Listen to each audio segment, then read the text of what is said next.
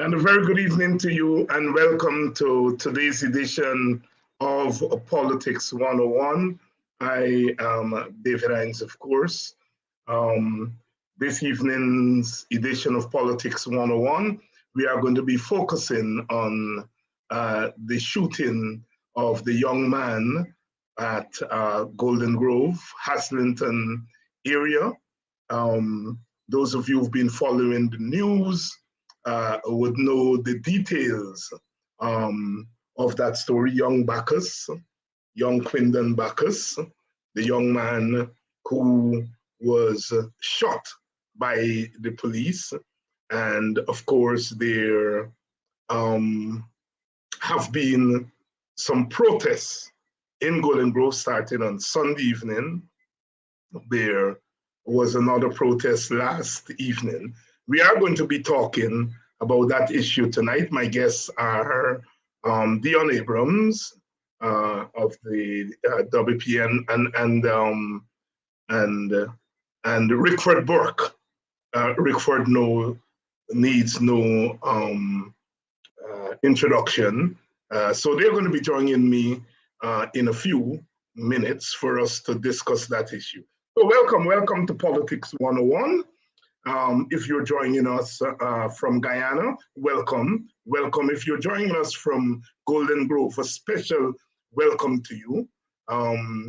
Nabaklis, Haslington, if you're joining us from those related villages, welcome.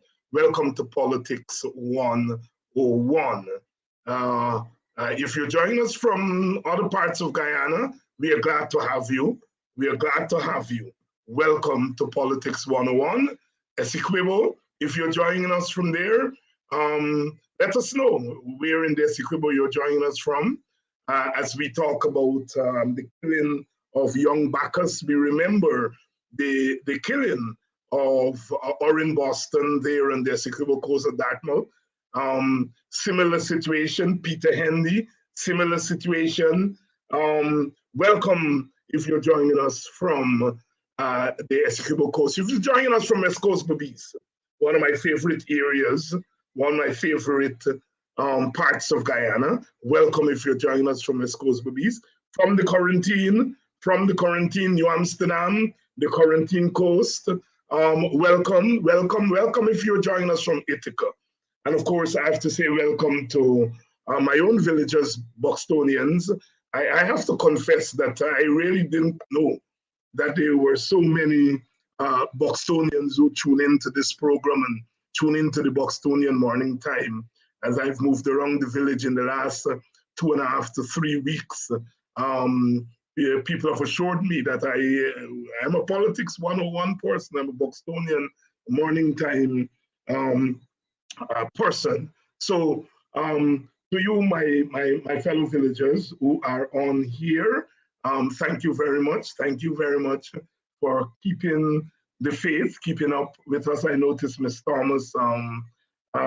Miss Thomas is here. She is from that area, Haslington. And I met a few people today who reminded me that they spoke with me at Thomas.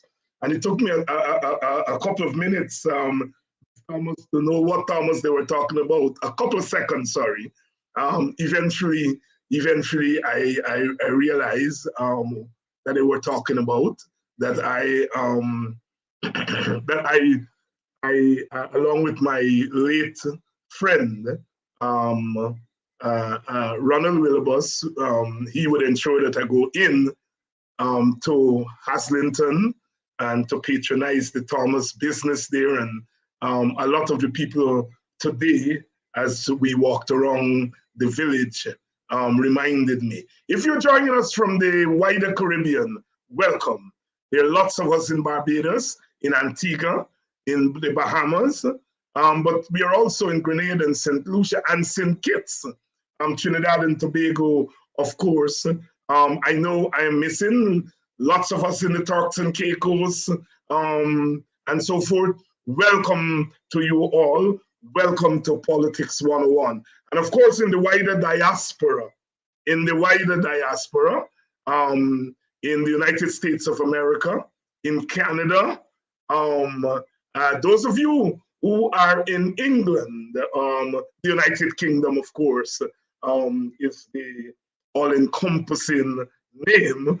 But you know, we say England, and some people say Great Britain, United Kingdom, same all two or same all three. Welcome to you. I know we have some loyalists who are joining us from that part of the world, and it's later there. I think it's 4 hours ahead of us here in Guyana. Welcome. I noticed Ernest Elliott, my brother, the PNC man in the Golden Grove area, is here.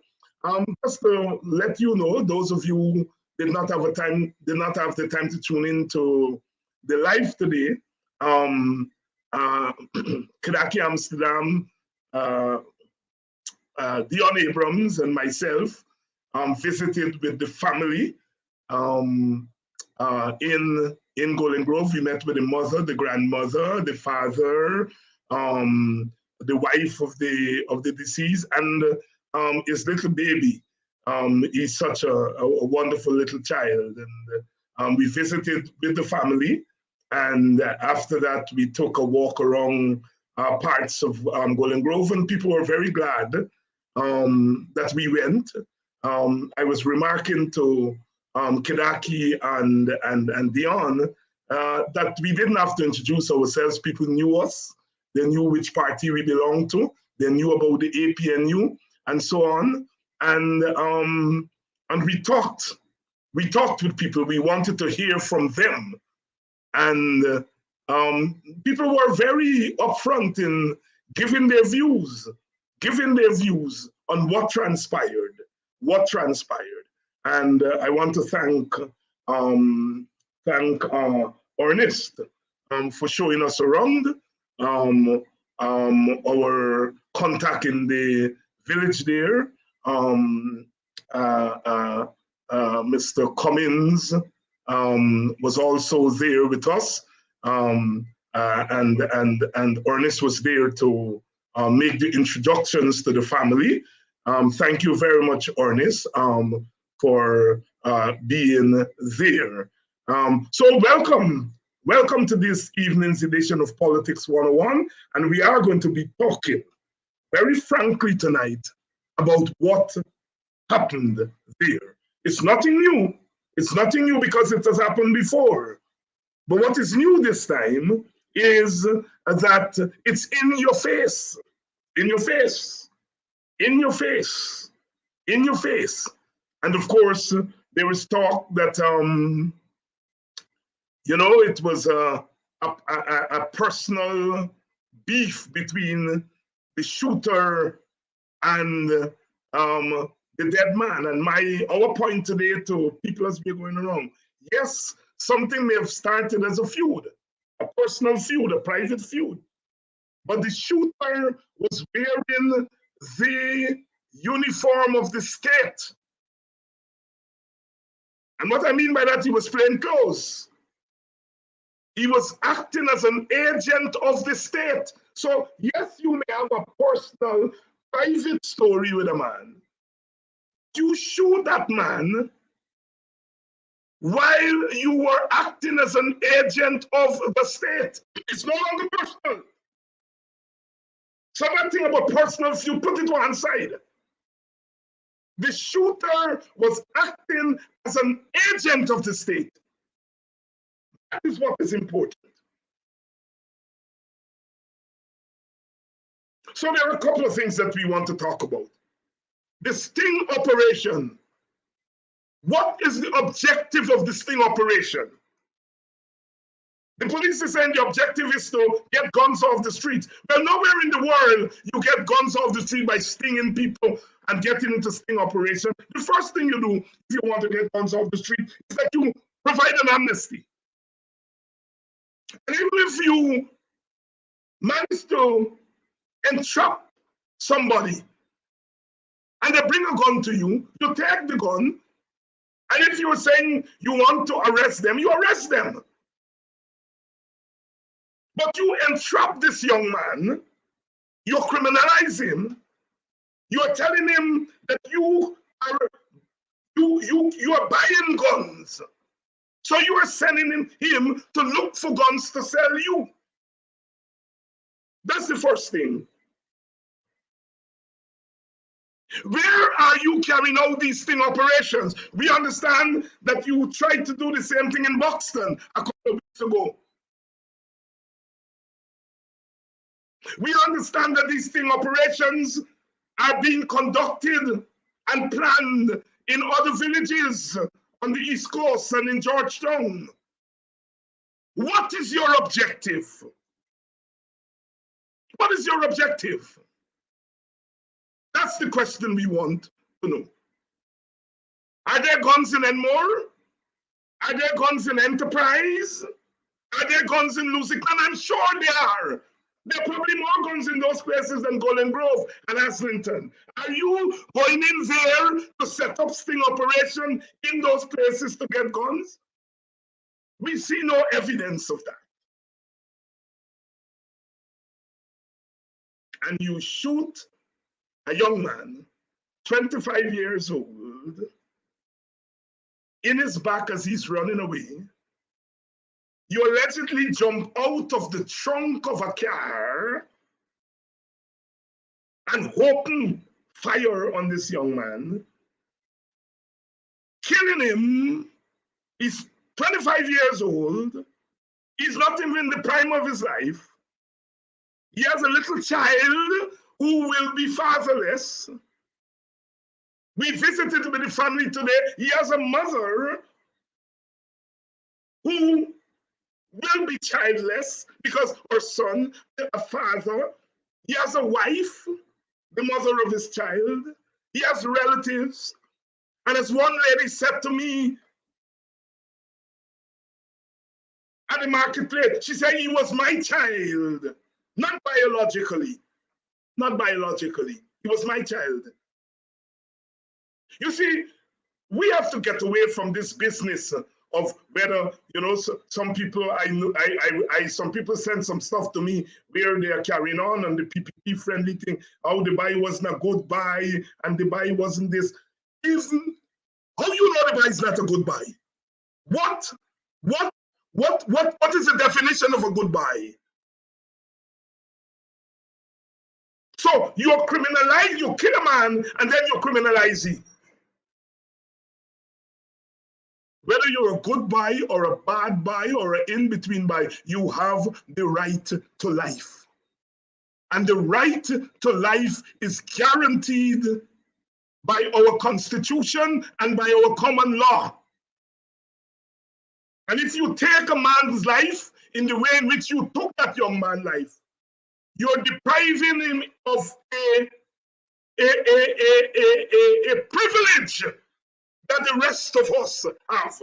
That is the privilege to life, the right to life. This is a human rights issue. You deprive him of his human right. And so we are going to get behind. There's some things that we have got to disabuse ourselves of. Whether he was a good boy or a bad boy. He was a good boy. All boys are good boys. You're not born bad boys. There is something bad about this society that turn our young men, criminalize our young men, and then say they're bad boys. The people of Golden Grove, Nabakris, Haslington, I thank you. I thank you for taking to the streets on your own. No politician came and pulled you on the streets. I looked into the eyes of those people, my people, our people, and I saw the pain and I saw the determination. And I told them that I was not there to tell them what to do. I was there to give solidarity to the family that's lost the loved one and to give solidarity and support to the community. Sometimes we politicians have to stand back and allow our people to shape and to chart their own response to tragedy.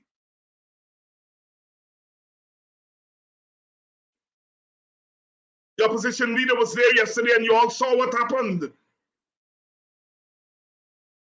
The police up in his tail because they want to show who's boss. And he responded to them correctly. Responded to them correctly.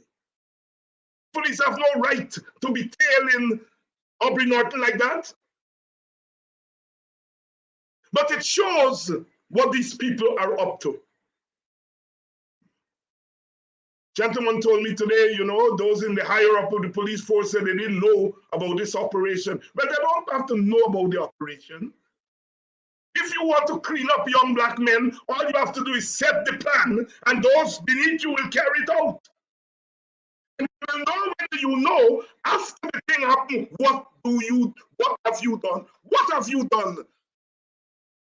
In the presence of murder, you're trying to cover up 1 story, 2 story, 3 story. Murder is murder. And if a man is murdered, you are the police force, you are the agents of the state, it's your right. You have the authority to defend the interests of that dead man. And instead of doing that, you are protecting the interests of the murderer. I mean, you don't have to say alleged here, because it is all over. Social media, on social media, all over. All over. I heard the commissioner said that he has him under close arrest. That this is not a matter of close arrest. This should be a matter of arrest. What there is to investigate. We know where police investigation goes. We know that. We have had the recent incident of Orin Boston, of Peter Edley. We know. And so I want to thank those people, those heroic people. Some of you know I fight our own people every day who are every day saying, oh, well, black people taking blows and they ain't doing nothing. And I always say, there is always something to be done, and people are always doing things. This struggle operates from some living room. Last week I said on Politics 101, all it takes is a spark. I didn't know then that a young man's life would have been snuffed out and his people would take to the street demanding justice for him. Leave. Our task is to prepare our people, not to direct struggle. To prepare our people. So sisters and brothers of Golden Grove, Nabakris, and Haslington, I salute you. I salute you. I salute you for taking a public stand and for not being afraid to let the authorities, let the world know what you think about what's happening there and what happened to that young man. So that's where we stand tonight. That's where we stand.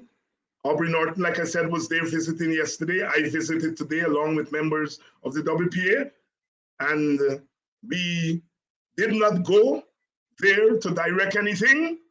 We went there to lend the solidarity to the family, to mourn with the family. Because often we forget about the human side. We think about the political side. But there's a human side. That family has lost a son, a husband, a grandson. And so we mourn with the family. And we stand in solidarity with the community that is demanding justice for the young man. So there we are. We're going to commence our interview now. Rickford Burke is no stranger to us. Some people need no stranger, need no introduction. Deon Abrams is here. Rickford, let me start with you. I noticed you made big news. The Home Affairs Minister said as soon as you touch down, I thought it was me talking to, but when I come in at the airport, all they do is ask for clearance so I could pass. They didn't arrest me, right? But the lady said, she hesitated, and then, after stamping the passport, she waited, and then 30 seconds, she said, clear! And then I smiled, I said, she smiled, but of course, she's doing a job because I'm on a watch list. I was taken off briefly when the coalition came into power, and so the last power. So every time I come in, I have to spend an extra 5 minutes there while they clear the stuff. But notice the man said that if you and Mark Benchop come in, he's going to arrest you all because it seems as though we are firefighters like him. I understand he's fighting fire every time they get a fire. I'm a first minister out there, and he thinks we are firefighters.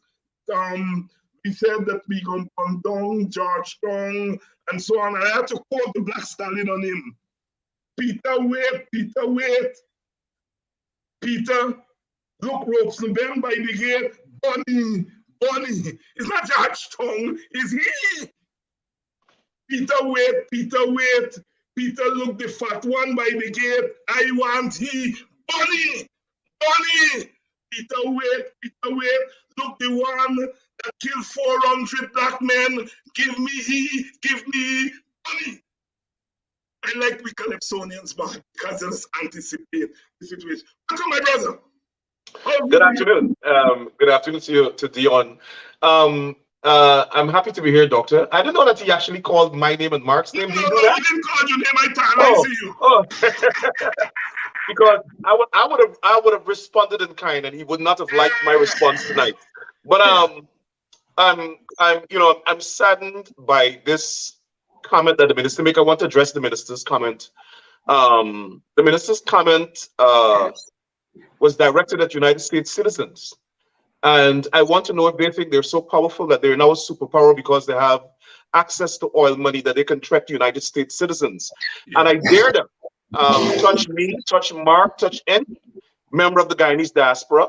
And there'll not only be serious consequences for the government, there'll be serious consequences for the particular members of the government who are implementing that policy and their families. So yes, let me say it again.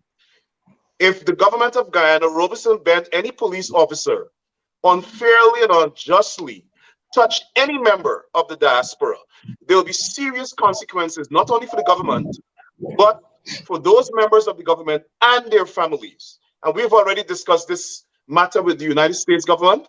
I'm shocked, Dr. Hinds, that the Minister of Home Affairs of Guyana openly threatened United States citizens with kidnapping.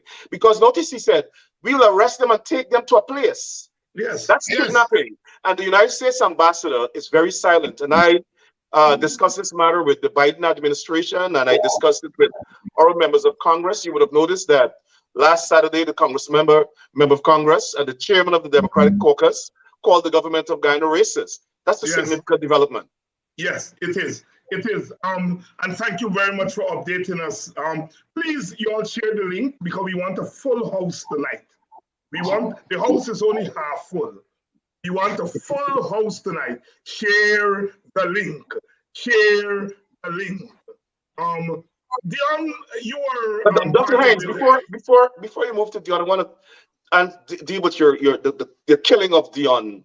I'm sorry, I'm coming back to you with that. Okay, good. Go ahead. Deon, you were part of the delegation today, along with Kidaki Amsterdam and myself, representing the WTA that went in, met with the family, and we also chatted with some members of the community. What's your take, your general take on that development, the young man being killed, the response of the community? What's your take? Well, the interaction for me was enlightening.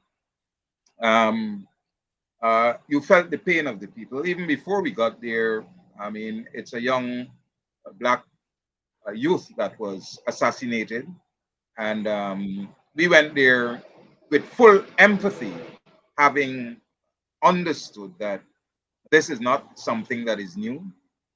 This has a history that is associated with the PPP.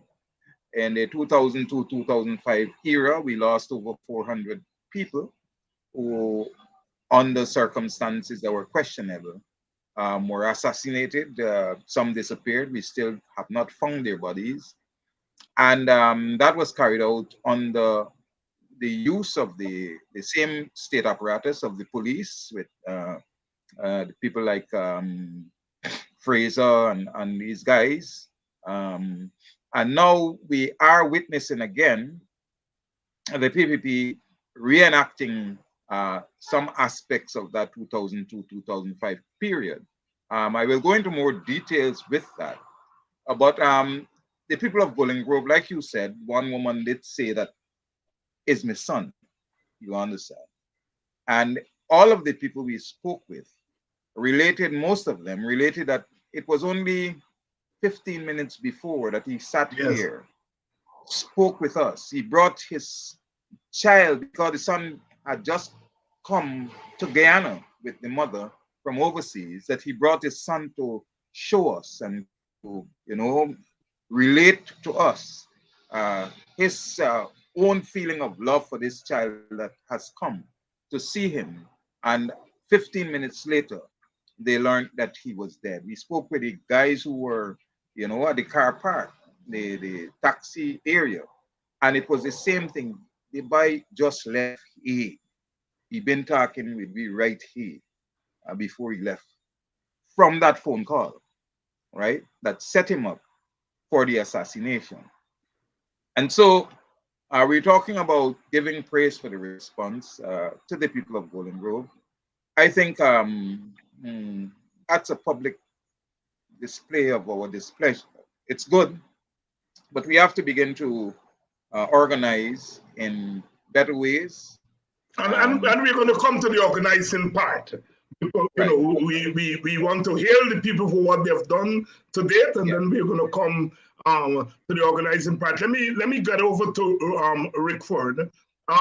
Rickford, your general thoughts. I mean, you would have been through this over and over and over again. CGIB condemns the murder of this person. It's like I've grown up with that kind of response from you. What's your general take on what has occurred? Well, I'm going to say something very serious just now, but I'm from that. I lived in that community as a child. My father was a police officer. He was stationed at Coban John, and at the time when he was transferred there was not housing in the police compound for us, so we lived in Golden Grove for a while. So we're very cemented to that community. My brother, my older brother, and my older and only brother is married to someone from that community. So this murder hits home. Now, you know, I want to say to the people of Guyana very clearly, the Guyana police force cannot be trusted. The Guyana police force has lost integrity completely. The Guyana police force has lost credibility completely. No one in Guyana, at least in the African Guyanese community, should believe anything the Guyana police force says. Everyone in the African Guyanese community must understand that the Guyana police force, under the leadership of Clifford Hicken himself, who has been involved in the killing, or at least under his command. Under his command, the people were killed, yes. In Linden were murdered. The protesters were murdered. And we in CGID hold him as the commander responsible for those murders. And we see a demonstration of the lack of credibility of the Guyana police force when they issue the statement about this murder. And you alluded to it. First, he was observed with a firearm, and when the police pursued him, he shot at the police, and they responded, returned fire, and struck him. Within 4 hours of that, they issued another statement saying he was the subject of a intelligence operation, and he attempted to sell an illegal gun to this special branch officer, Christophe Dinobrega, and he shot at them and ran and whatever. And then the commissioner came yesterday and apologized, saying that he's on the close arrest. Three versions. Now, Dr. Hinds, I am not prepared as a Black Guyanese to have Black people murdered again and under the PPP government, and the police force covers it up. The government of Guyana has never issued any statement expressing concern or condemnation of murders of African Guyanese. The PPP government is delighted when the police murder Black people in Guyana because they want people to become fearful of the police. They're targeting Black communities in Guyana because they think they have guns and they want to overthrow them, right? The PPP government knows that they're a tyranny. And people, when they live under tyranny, start to resist and start to resist militantly. So now they're trying to take preemptive action against people who they think, and villages that they think people might possess weapons to fight against them. It is the paranoia of Barjagdeo and the members of the PPP. And the police officers know this. They feel empowered when they see the government encouraging them to kill Afro-Guyanese. And it should not be allowed to continue. And Dr. Hinds, as you know, in any society where the police kills people and there's no justice, the people will start to take their own justice. You will recall a time in Guyana, police officers were scared to put on the police uniform or to tell people they were police officers. Deon Abrams just mentioned that period because people started to retaliate against them. A lot of police officers were shot and killed as well. And right now we're witnessing increased violence against police officers. I'm not justifying it, but I'm saying, I'm making an observation. It is because the police is brutalizing people and the government is encouraging the police.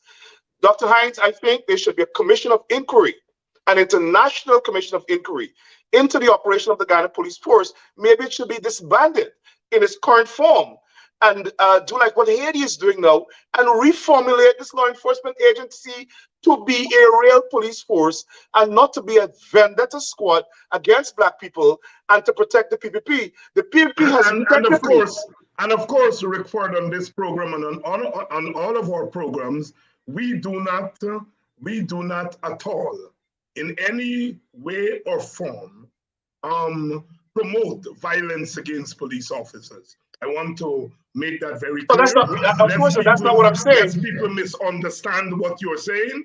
I want to make it very clear that you, nor I, nor any one of us who's doing this, we are not advocating violence against police force. I've said it clearly. Those policemen and mostly the young policemen are our sons. They are our nephews. They are our grandsons. They are the husbands of our women, boyfriends. And when they come into our community, we have to put them to sit down and talk to them. I prefer that route. We have to put them, sit down and manners them and let them know that they ought not to be killing anybody unnecessarily, much more their own Black brothers and sisters.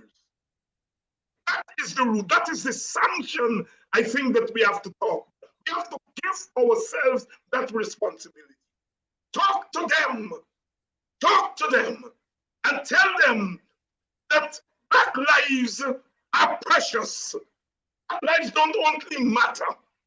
Black lives are precious. We have work to do in our community. As I moved around today, an Indian man, he sat down quietly. And I noticed the silence. There were two Indian brothers there. And I turned and I said, well, brothers, this struggle is not against you all. And he stopped me right away. He said, Dr. Hinds, this struggle is about Black people. Black people being used to kill Black people. It warmed my heart. It came from an Indian man. Because we're all black, so it's right.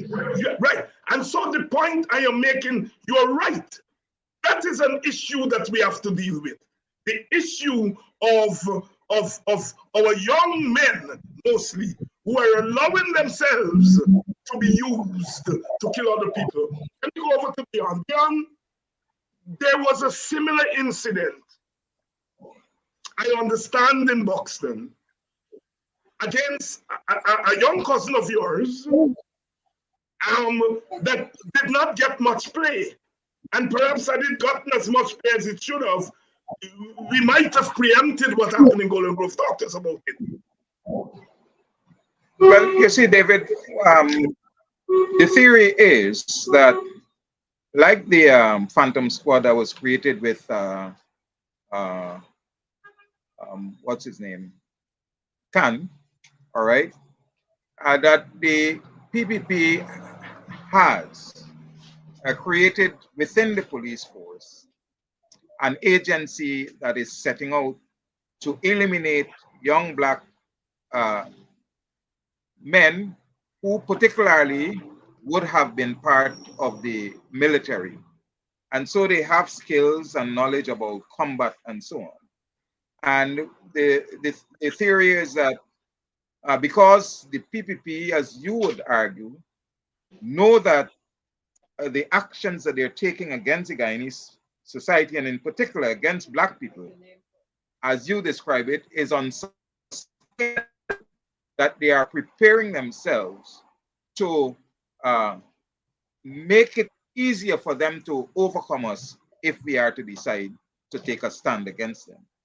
And so within this agency that they are claiming they don't know about, there is one Corporal Dan Raj. He was the agent who came to Buxton, called my cousin, got his phone number, and so they are in contact with people who have numbers for these youngsters. And they called him. He pretended to be a businessman and told him that he had a farm up the Michael River and he wanted him to go work with him. And then he showed him an AK-47 and asked him if he knew about these guns, if he could handle those guns and so on. And my cousin intimated to me that he told him that he don't really know nothing about guns and so on. And then he showed him other kinds of weapons and asked him if he knew where he could get those and all of these things. And just without any reason, he gave him $10,000 and said, man, you know, we're going to link again and so on. And he kept encouraging him to go up to the Michael Creek. And on that particular night, he called him and said, well, look, we could move tomorrow. And so the young man told him, well, look, we can't move just like that. I got family, I got people. If I'm going to move, I got to be able to take care of them. I leave monies for them and so on. He said, all right, I can give you $90,000. And the next night, the guy got a call, but it wasn't the Corporal Dan Raj, who was pretending to be a businessman. He said he's going to send him money with some other guy. And they wanted to meet him in a dark, lonely place. But he insisted that they meet at the Buxton gas station. All right? And so when he got to the station, the guy took out the money and he told him to come into the car, go into the car, so that he can count the money before he collected it. He said, man, if you're giving me money, why you got to come in this car to count $90,000? You know, just give me the money if you have to give it to me. And he was insisting that he went into the front seat of the car, but he said he did not. Instead, he opened the back door behind the driver. And when he sat down behind him, as soon as he sat down, the vehicle was swarmed by a number of other vehicles, and they pulled him out, and then they began to beat him, asking him to open his phone and so on, to give the password, because they actually wanted to delete the messages, the communication between himself and Dan Raj, right? And then they trumped up this charge that he had these, he said he saw over a whole lot of rungs in the front seat. So if he had sat there, possibly they would have assassinated him and would have claimed that he was the agent with those rungs in the vehicle. All right. So this is a scheme And he And was what a happened? member. No, continue telling us what happened after then. After he go in the back seat, what happened? Yeah, they took him, they beat him to try to get him to open the phone and all of these things. And then they took him to the vigilance police station and said that he had these rungs in a juice box. And these are big live rungs that can't even, and this juice box you're talking about, you know, these little juices that. Yeah, yes. So it's impossible for 6, even 2 rungs to fit in that. And that is what they're claiming, that he had over 6 or how many rungs in this box. And so if he had accepted the invitation to go to a dark place, then they would use that opportunity to assassinate him and to claim that he had guns and all of that. So it was not surprising when the Golden Grove incident happened. In fact, they have one Wintz, I won't give his first name, but he was working with the military police in the army, and now he is also part of this secret, I don't know if it's secret, but this operation that they have within the police force that is targeting these young, and he possibly is the agent who is giving them the phone number for these guys and who is identifying the young former soldiers who would have trained and would have been in the army around the time with him. So this is an orchestrated thing. And all this talk about whole grievance and all of that, that is just a cloud to hide the reality of which we are being confronted. And so, I mean, it's dangerous. We have to let it stop. And Right? what is the And situation with your cousin case, Deon? They took him to vigilance. When he turned up at court, they had nothing there. The magistrate and the prosecutor had nothing to confront him with. They put up nothing because they had nothing against him. But they went there and charged him. Yeah, they charged him. Well, they charged him, but there is no jacket. Right. Yes. With any evidence or anything. And he went back again. The magistrate is becoming frustrated because, again, there was nothing that they have put up. And so the case has been thrown off till September, sometime around that time. All right. I don't know if they are going to come up with whatever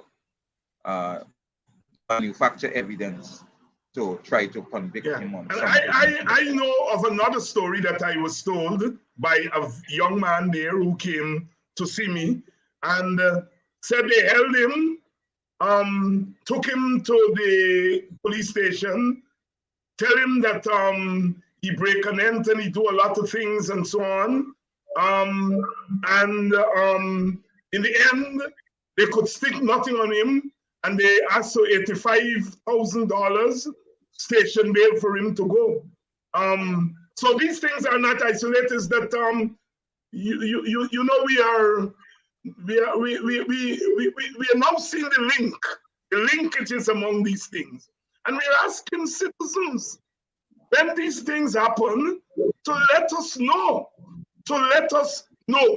You know, Rickford, let me come back to you because I think we're dealing with a real serious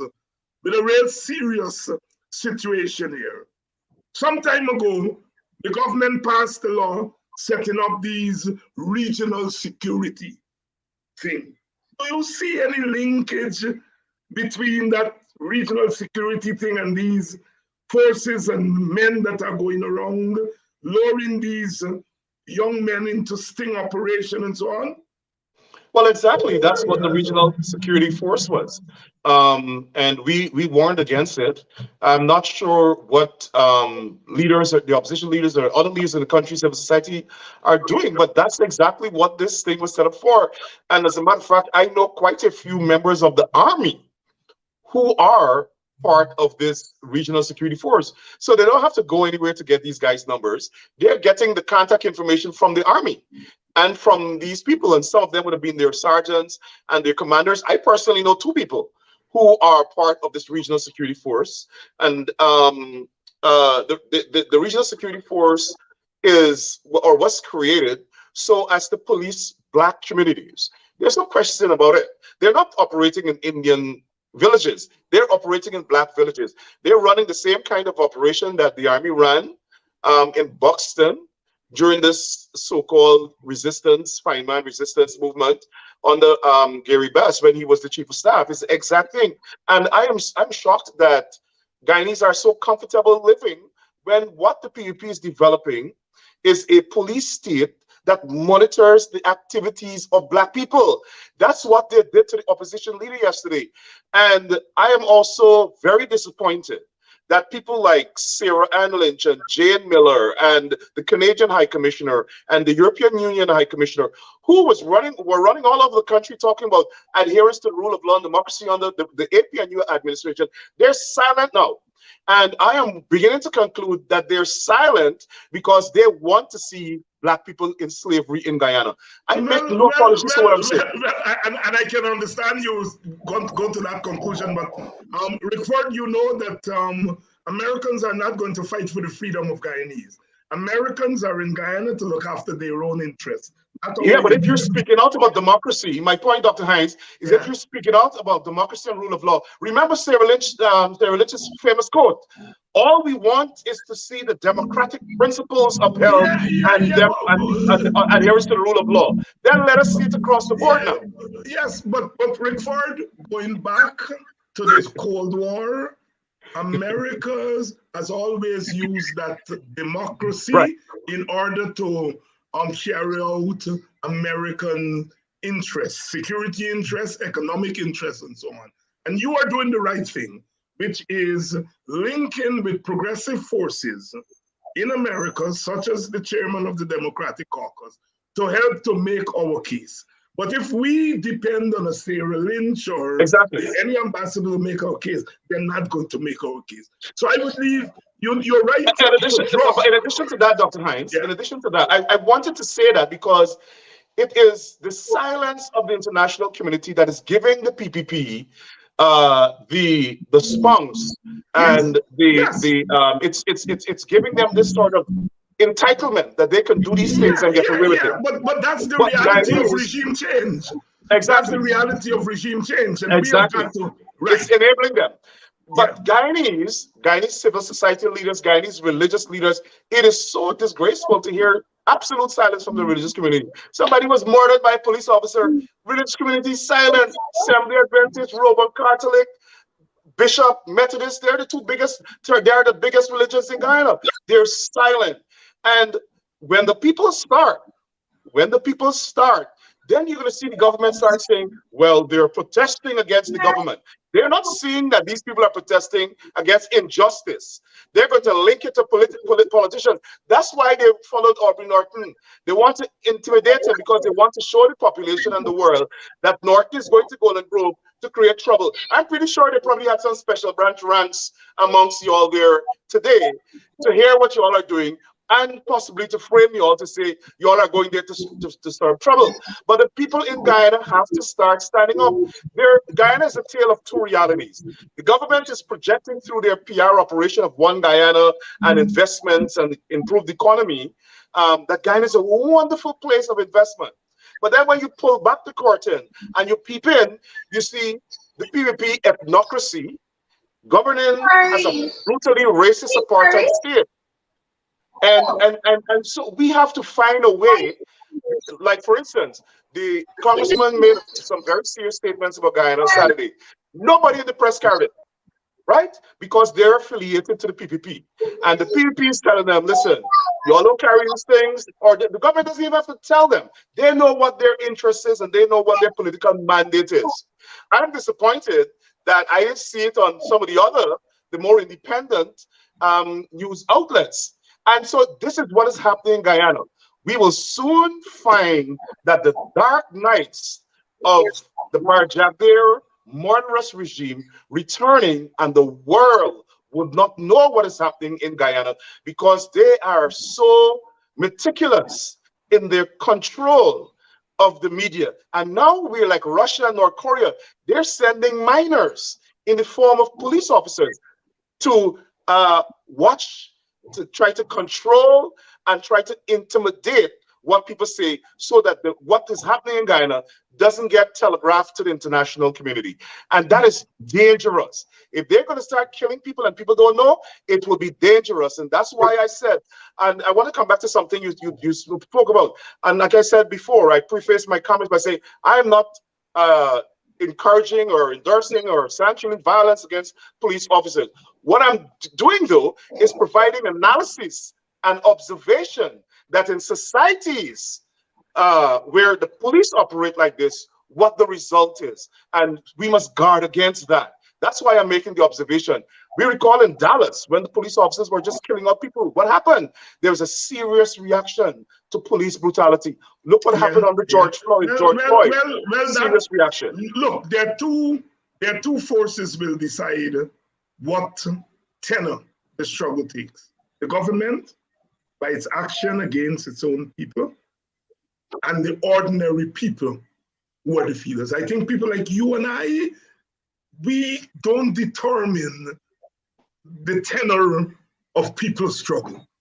We help people, we have to mobilize people, we have to inform people. But we are not traffic policemen for people's struggle.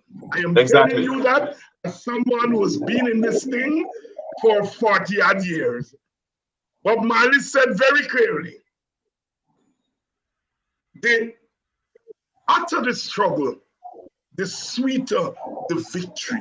Let the people determine what the reaction would be.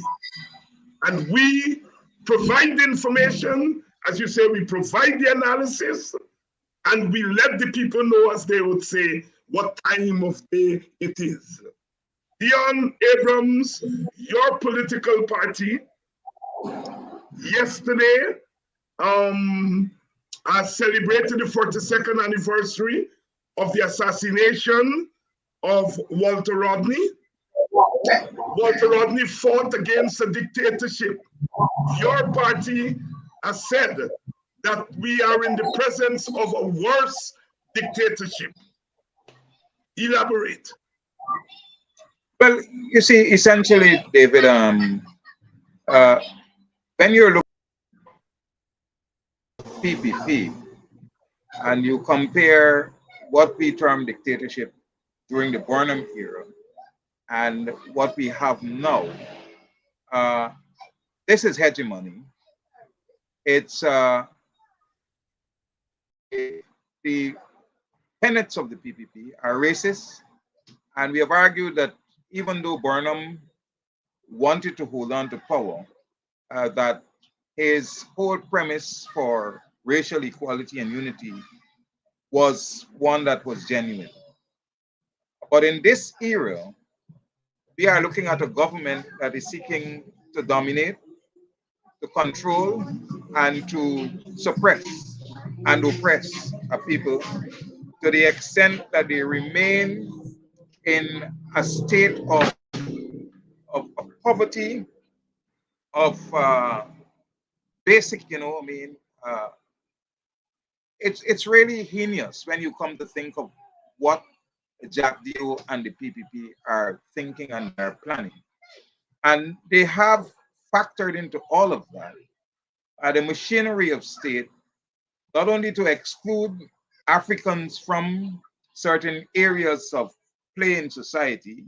If you look, they have not activated so many of the agencies, the statutory bodies that could deal with employment, the Teaching Service Commission, the Judicial Service Commission, and all these things. But while they're doing that, they are filling all of the vacancies with Indians. All right. So that even when these bodies come into vogue, the positions and all of the ministries would have been transformed in the key departments. But Deon, your party fought against the dictatorship 40 odd years ago. What lessons that you all would have learned from back then that can be used as we confront this dictatorship? The dynamics are a bit different in the sense that during that time you had a coming together of minds of races against what was happening at the time. This struggle is different because, like Rickford said, the churches are out, the Indian community is out, the business community is out, and so we are left alone to carry our struggle. And this is the danger. Meaning African Guyanese. Yeah. And this is the danger of what is happening. Because when we fight and the PPP goes into the community, they are saying that Black people are against them. And by saying that Black people are against the PPP, they're making it appear as though Black people are against the entire Indian community. And so they are tying this racist approach to people who are fighting for their own liberation, right? And so they justify whatever actions they are willing to take and are prepared to take by saying that this is a fight against a race that is trying to overthrow another race, right? And that is the danger that we have. And all of the Ravi Devs and all of these people who would have been voices during that time, those voices are silent. But we still have to take our position into consideration and craft strategies to resist and to liberate ourselves. We have to fight. But we understand, that they're already preparing the ground. Let me tell you what is happening in the fire service. I understand that the big man, Abrams, was given a list of potential employees for the fire service. He dashed it back in the face of those who took it and said the list ain't right yet. It ain't right because it still looks, too black. not the way PPP wants to see it. There more Indians, so you gotta go and do some kind of magic to get Indians onto this list to make them employed in the Guyana Fire Service. In the police force, young Black men are applying to go into the police force, and they are being told that the Black people quota don't reach it, right? So any other person who is to be employed in the police force has to be an Indian. You understand? Yeah. And so this is the nature of the regime, right? And so their end game is to create through the regional agency this setup that they are eliminating our young Black brothers with, and all the other agencies. They are setting up an apparatus, and we understand that they got the water cannons and everything well prepared for when we are ready to take the streets and so on.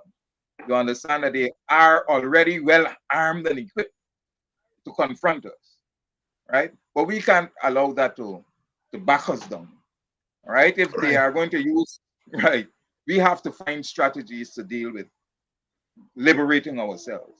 Yes. And Raul Shammers is asking here, what if the WP had supported Burnham instead of the unholy alliance with the PPP? I want to say, tell Raul Shammers, we supported the PNC to form the APNU, and the APNU joined with the AFC, and we got power in 2015. I also want to tell you as a historian, Raul, that all of us had to deal with the unholy PPP at some point. Burnham, as he was dying, had entered into a power sharing arrangement with the PPP, the fatherland government. And had Burnham lived, we might have had a power sharing government. When he died, Hoyt scuttled the whole thing. So even Burnham entered into an unholy alliance with the PPP. Look, we can't, as a country, not look at how we can unite the country. We have to fight when our backs are against the wall. And the PPP, we have to fight the PPP.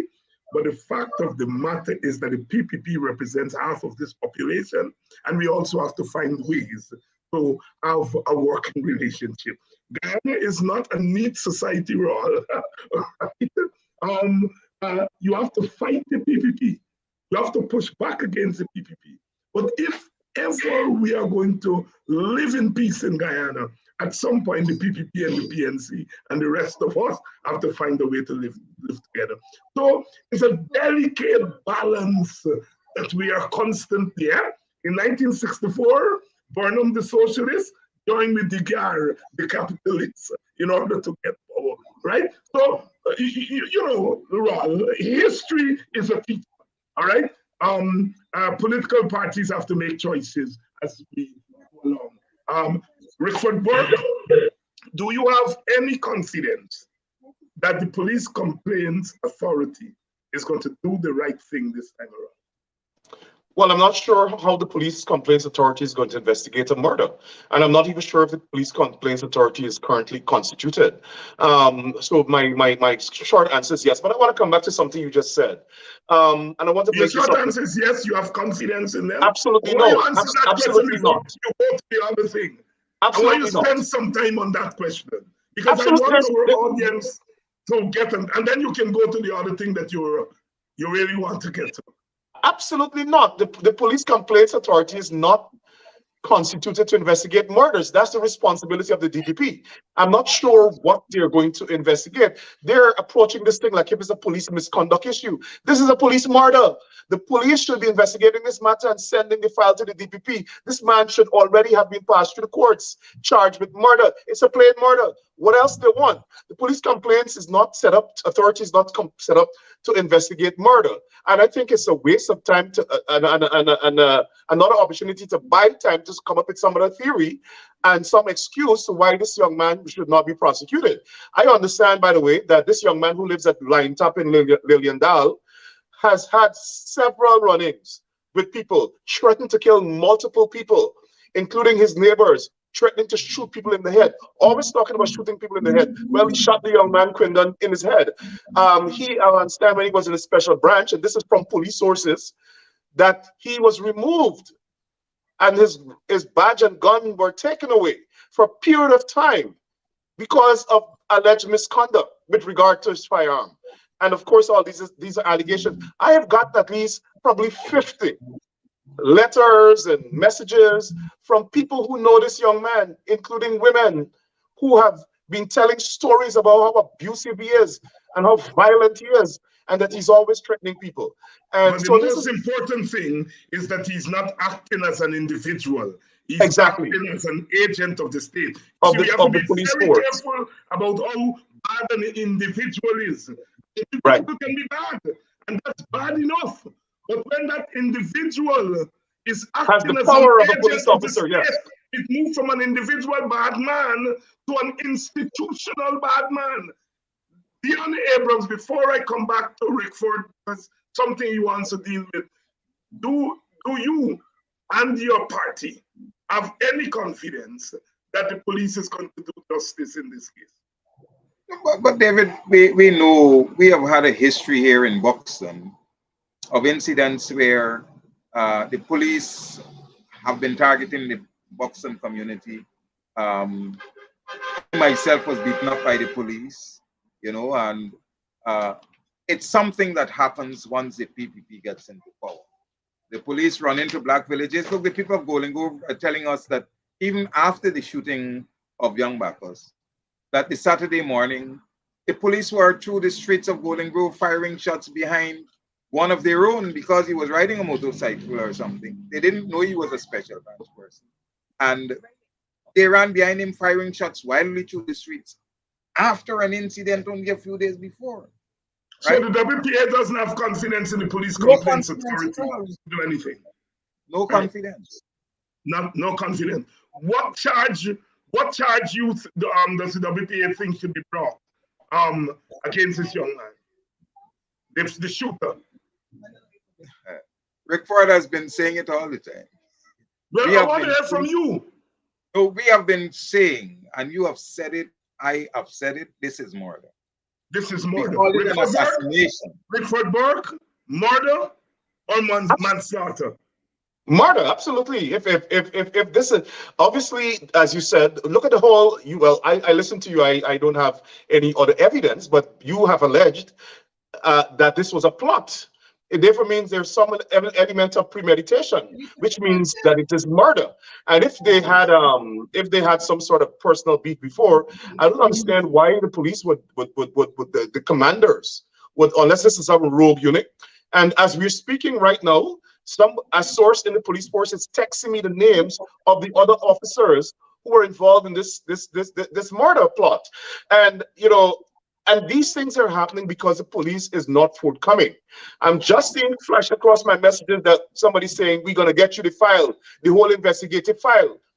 That should send shivers down the spine of the police commissioners, commanders, because it's telling what is police sources are telling us. They have no confidence in the police force to investigate this matter fairly.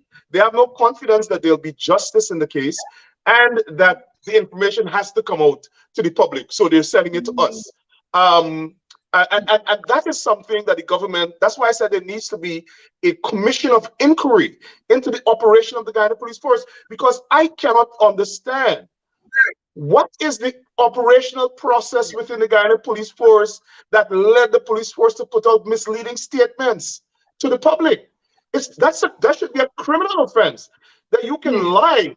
You lied when Boston was murdered. You said that the man was involved in a confrontation with the police and he was shot. Total lie, the man was shot in his sleep. Same thing with Kevin Andrews. Kevin Andrews, they said, was firing at the police. No gun. Right now, you come to this man here, Quindon Bacchus, and you're saying the man was firing at police or whatever it is. Where are the spent shells from his gun? How come he was firing at police and he was shot 5 times in the back and 1 in the head? I mean, so why is the police force? And this, by the way, all of this is playing out right in front of the home of Mr. Calvin Brutus, who is acting as the deputy police commissioner for administration. And so did Mr. Brutus turn over his security cameras? Because I can see that his house has security cameras on them. Did he turn them over to the investigators? So the police force knew that this was a murder, and they attempted to lie to the public to cover it up. And then they arrested the chief witness and held him for 3 days or 2 days until the protest started. Then they released him. And so when you look at the total set of facts, it shows that the leadership of the Guyana Police Force was also acting criminal in trying to cover up this murder and trying to mislead the public. And Dr. Hinds, I want to come to something that you said with regard to, or Deon said with regard to the police force and the fire service and the other discipline services. I have gotten the same reports. As a matter of fact, we saw the big blow up in the press when they withdrew the only Black person who, among 9, who were selected to do the standard officers course in the GDF. And they were saying that too many Black officers are in the Guyana Defense Force. Too many Black people are in the upper echelons of the police force. That's why they have somebody who's completely unqualified. 2 people, well, 1 at least, acting as a senior officer of the Guyana Police Force. Also, the government is basically trying a version of affirmative action or reverse affirmative action to correct something, a social condition in society where East Indians are not interested, never demonstrated any interest in being part of the joint services or mostly in the public service or government service. They tend to go into business. That's why 90% of the businesses are owned by East Indians, and 90% of East Indians are getting the government contract. A government minister was arguing this point with me when I challenged that minister with regard to why only Indians are getting contracts. He said that's just the way the society, the structure of the society is. So why don't we see this reverse affirmative action in the business community? Why is the government going out there and recruit Black contractors to give them contracts? Why the government is interested in diluting the race dominance in the public service and the government service, and they don't want to do it in the business sector? Obviously, the government has an agenda to disempower and disenfranchise the Afro-Guyanese community. And this is something that we have to fight against also in the struggle. While we fight against injustice, we have economic apartheid going on. And so we need economic justice, we need criminal justice, and we need social justice, and we also need political equality in the country. And the PPP believes in total dominance. They believe that if you're not with them, you can't benefit from anything from the state. Like if they own the country. And we have to find a way to reverse that, or else Guyana is going to head to serious chaos and a failed state and failed statehood again. Thank you very much, Rickford Burke. I want to recognize those of you in the audience. You all, we're 92% a full house tonight. So somebody tell me, I should say, share the damn link, man. I think you all, I think you all want me to imitate Sherrod. But Sherrod is a one and only. But share the damn link, man. You all, because we're 90%, 91%, 92%, 93%, 94% now full. We got to get a full house tonight because this is serious business we're into. I want to thank the people of Golden Grove, the Barclays, Haslington for having us today in their community. I want to thank you all for standing up for your son. I want to thank you all for standing up for justice. And those of us in the rest of Guyana and the rest of the diaspora, we need to support the people of the community. I said to the family when we met with them today, I said, your first line of action is your personal loss. You've lost a child, you've lost a husband, you've lost a father. And sometimes we political people, we getting a feedback from somebody. Can you mute yourself for the moment? Right, I think it's you, Deon. Yeah. And I said to the community, I said to the family, your loss is personal. And we mourn with you. And when I spoke with the community, I said we are in solidarity as you mourn with the family and seek justice for your community. It was heartening to see a lot of men in the demonstration. And a lot of the people I met today were males. And I said to them that as men, you all have a responsibility to defend your women, to defend your children, and to defend your community. And that for too long, it's our women who have been in the front line carrying this struggle. And I saluted the men of Golden Grove, Nabaklis, and Haslington for being in the forefront of the struggle. And I want the men in other parts of Guyana to take up their rightful place, just like the men in West Bobis, after the Henry murders, took up their rightful place. This struggle is not a woman's struggle. This struggle is a human rights struggle. This struggle is a struggle against racism. This struggle is a struggle against injustice. This struggle is a struggle for our human rights and our existence in a country that we have helped to build. We have pioneered the humanization of Guyana. And so therefore, I want to salute the people of that community. And those of you who are in the diaspora, the Golden Grove people, the Haslington people, the Bucklish, and them by Isakal, and Nabaklis and so on and things, the Nabaklis people, you all please support your community. Struggle is not just feel good. Struggle is a thing that needs resources. It needs sustenance. It needs many things to bring the struggle together. And if people have taken the initiative, we have got to support them. So big up yourself there in Golden Grove. Big up yourself in Haslington and the Barclays. And the people of Victoria and Annsgrove and Buxton and Bachelors of Venture and Paradise and Pleasance and Baron, BV. What are you all doing? That's my question I'm posing to you all here tonight. As Deon suggested, it could have been in Buxton. It could tomorrow be in Pleasance. When your neighbor house on fire. Throw water, because you're on the burn too. For too long, we have taken for granted this struggle. Get up to Golden Grove and the backlist and lend solidarity even for an hour. That's the first thing you can do. Find yourselves up there. And then you go in, walk with some water. To give to those people out in the, get yourself in Golden Grove. And give solidarity there. Give solidarity. We have to get serious. Part of why we're taking beating up is because we are not serious. We are not serious. They're always asking what the next body doing and what them are doing. What are you doing?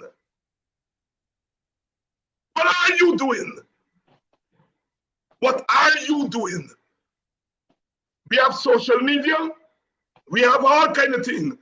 Find out when there's a protest in Golden Grove and get ourselves there and lend solidarity. And in numbers. Go ahead, Rickford. Dr. Hinds, I want to unveil an initiative that just came to mind, and I jotted down. I think all of the young people in Golden Grove and the East Coast should, at the funeral, wear T-shirts that says, "I am Quinton Bacchus," and the women should wear T-shirts that says, "Quinton Bacchus is my son," to send a message. And we, the diaspora, will help fund that.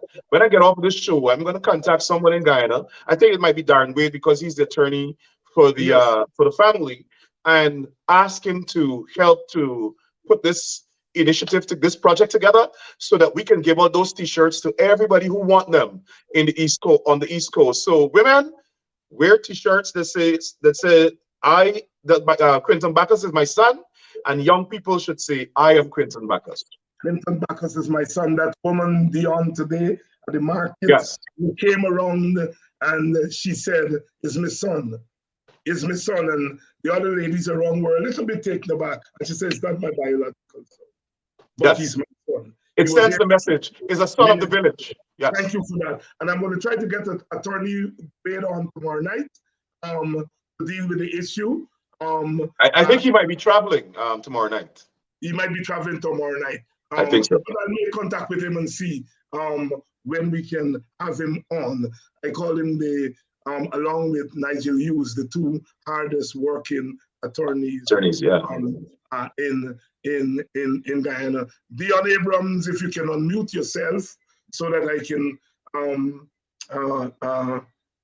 ask you this question. Deon, you're a teacher, among other things. What role can public education play? Public, and I'm talking about public education here, in helping to mobilize our people in this hour of need?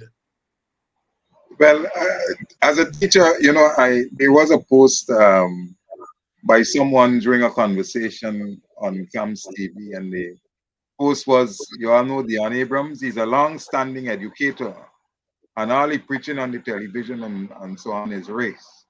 Well, I'm a teacher, and people who know me, I mean, David, you've had that experience. People, and the people know that such how things are basically to satisfy the PPP's attempt at painting a picture of us, right? But public education is necessary, and it's always necessary. It can be used for good, it can be used for bad. We know of Goebbels and all these people who would have been architects of messages that right.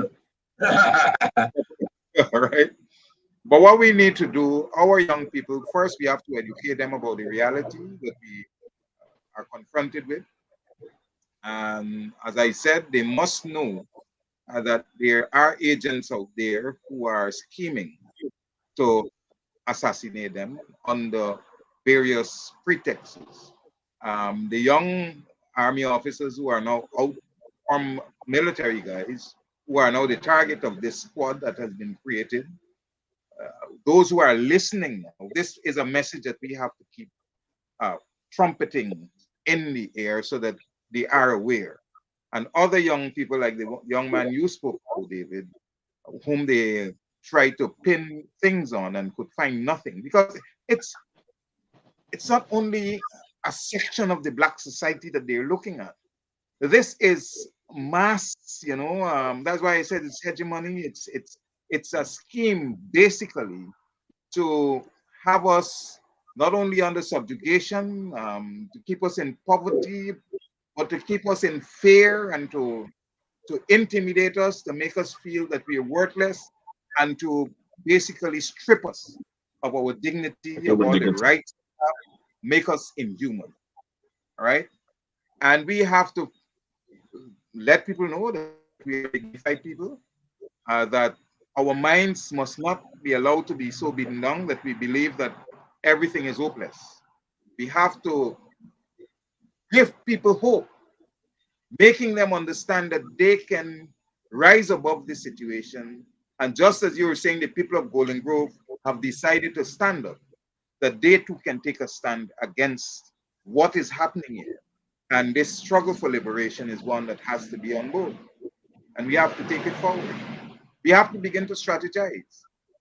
Because like we are saying here, they're already scheming for us, right? Through the regional security with the water cannons, with whatever else, the rubber bullets and all of that they have already, amassed, preparing for us to take the street. But we have to find other ways of sending our message to them that this is not business as usual.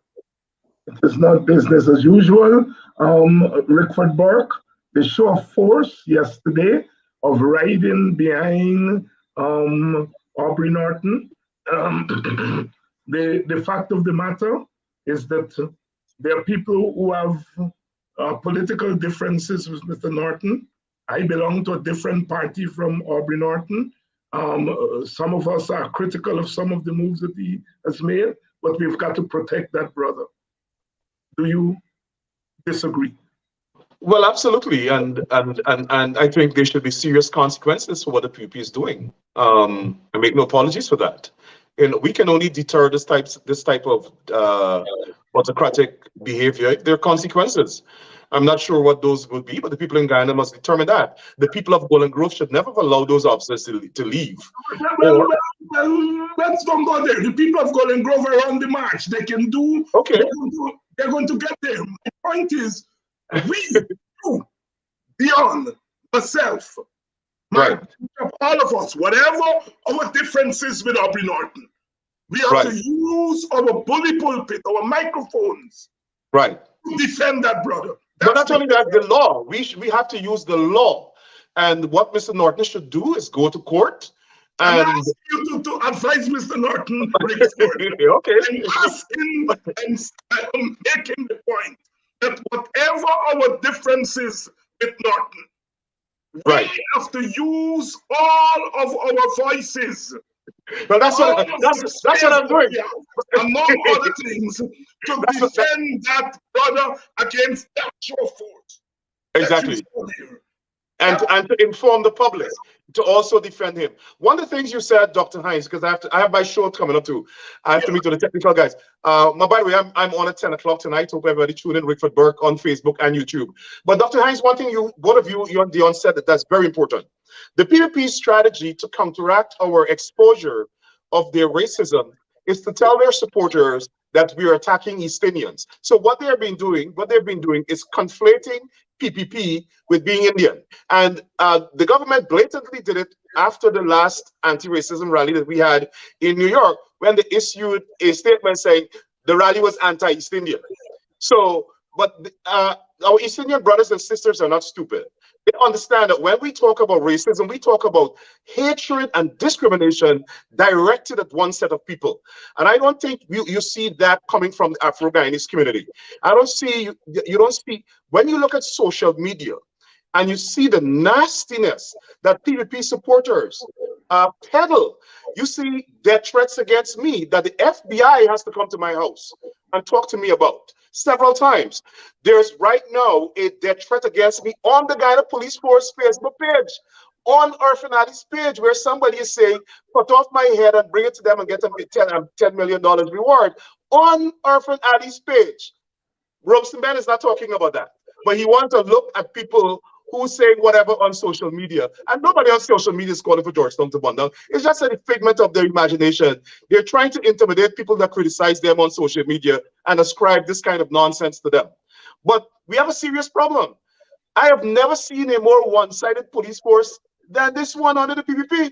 You had social media threats against Amanda Walton Desir, against Paul Slow, against several other members, Ganesh Mahipal, that they reported to the police cybercrime unit and they're not doing anything about it. Nothing about it. So yeah. I'm trying to understand how the PPP think they could get rid of this get away with this ethnocratic governance in this enlightened time when the world is watching. Rickford, the PPP know they can't get away. What they're trying to do is to get away with as much while we remain quiet. They know at some point this thing has to stop. What they're trying to do is to try to run up the clock. Mm-hmm. They're not stupid. Sometimes we think they're stupid. They don't care. They don't care. Between now and when we decide enough is enough, it's $20 million and $1 billion the thief. You have to understand what they're doing this for. It is because they understand that in ethnic societies, that it is the ethnic party and the ethnic leadership that looks after the interests of the ethnic masses. Ethnocracy. That's right. And they are ensuring that the ethnic rich get all the money that's coming through. And they're walking around the place, giving a $25,000, $35,000 a year. Objective. The means, this is the means to an end. And the end is to dominate the society. And so we have to quicken the end. And the way we begin to quicken the end is by doing what the people at Golden Grove are doing. Signaling the thing irregular. Signaling that we are not going to play by the rules you put down for us. Ultimately, the tenor and the color of struggle is determined by those who have power, not the powerless. The powerless responds to power. All right? My brothers, it was nice having you all on. I think they've talked the talk tonight. Today we walk the walk, and I'm throwing out the challenge to you all on the East Coast there. From Pleasance right up to Hansgrove and Micah. Are you? Go a Golden Grove and give those people some solidarity. If you are not ready for do nothing in your community, take the $200 or $300, I don't know where's the passage now, right? And go down to Golden Grove and lend your solidarity. This fight is not to sit down and watch on. And for those of you overseas, you all know people in Guyana. Urge them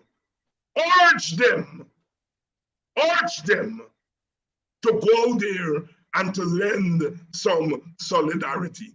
We are going to do as political parties, leaders, we are going to do as much as we can do to help to ensure that there is support. I am prepared to go to communities and to mobilize people in their own interest, to help to mobilize people, right?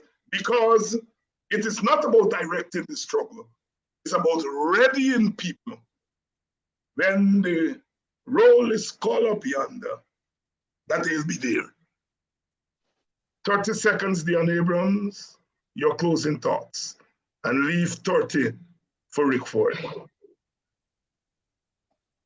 Well, I would just like to say that, the struggle is on, and I'm reiterating that we have to craft our struggle to suit our purpose, and it must be that we let the DPP know that we're not going to see 400 more of our young people become victims of assassination by the state at this point. 29.5 seconds. You leave an extra 5 seconds for Rickford Burke. Well, Dr. Hinds, thank you for having me again. I want to encourage the people of Golden Grove and Guyana and the Black community in Guyana to fight for justice for this family. This officer and the officers involved in this murder should be charged with murder. Guyana is now under the cloud of extrajudicial killing again of African Guyanese young men, and it should not happen. It should stop. I want to encourage everybody in the diaspora to contribute to the project I just spoke about, which is funding T-shirts for the young people in Guyana that says, I am Quinton Bacchus, and Quinton Bacchus is my son. You'll hear more about it tonight on my program at 10 o'clock. Conversation with Rickford Burke. See you then. Thank you very much, and we are going to keep this conversation going tomorrow night. We're going to continue to have this conversation all week. This week, I want to thank all of you. I want to pick up the People's National Congress for going in there and to give solidarity to the family. I want to thank the WPA for going in there and give solidarity to the family. You are counted by your presence. You are counted by your presence. All of us, big party, small party, in between party, we all got a role to play. Individuals, you got a role to play. Go there, give solidarity. Once the people of Golden Grove are doing their thing, go and give solidarity to our young men and women in uniform. Don't shoot your mati. You shouldn't be shooting anybody, because you're not in the police service to shoot up people. You're in police service to protect and serve, not to shoot. But this shooting of Black people, all you stop it. All you stop this shooting of your Black brothers and sisters, of your brothers, your uncle, your son, and what. Don't criminalize your own. Do not criminalize your own. And so, I come here tonight in peace. I leave you in peace. And thanks. We got up to 97.8% of a full house tonight. We want the same full house tomorrow night. A couple of you have sent me contributions for Politics 101. Thank you all. Thank you all. And those of you who haven't contributed lately, please, your little contribution help keep Politics 101 on social media and on traditional media on Channel 9, where it's aired 3 times a week. I see you all tomorrow night.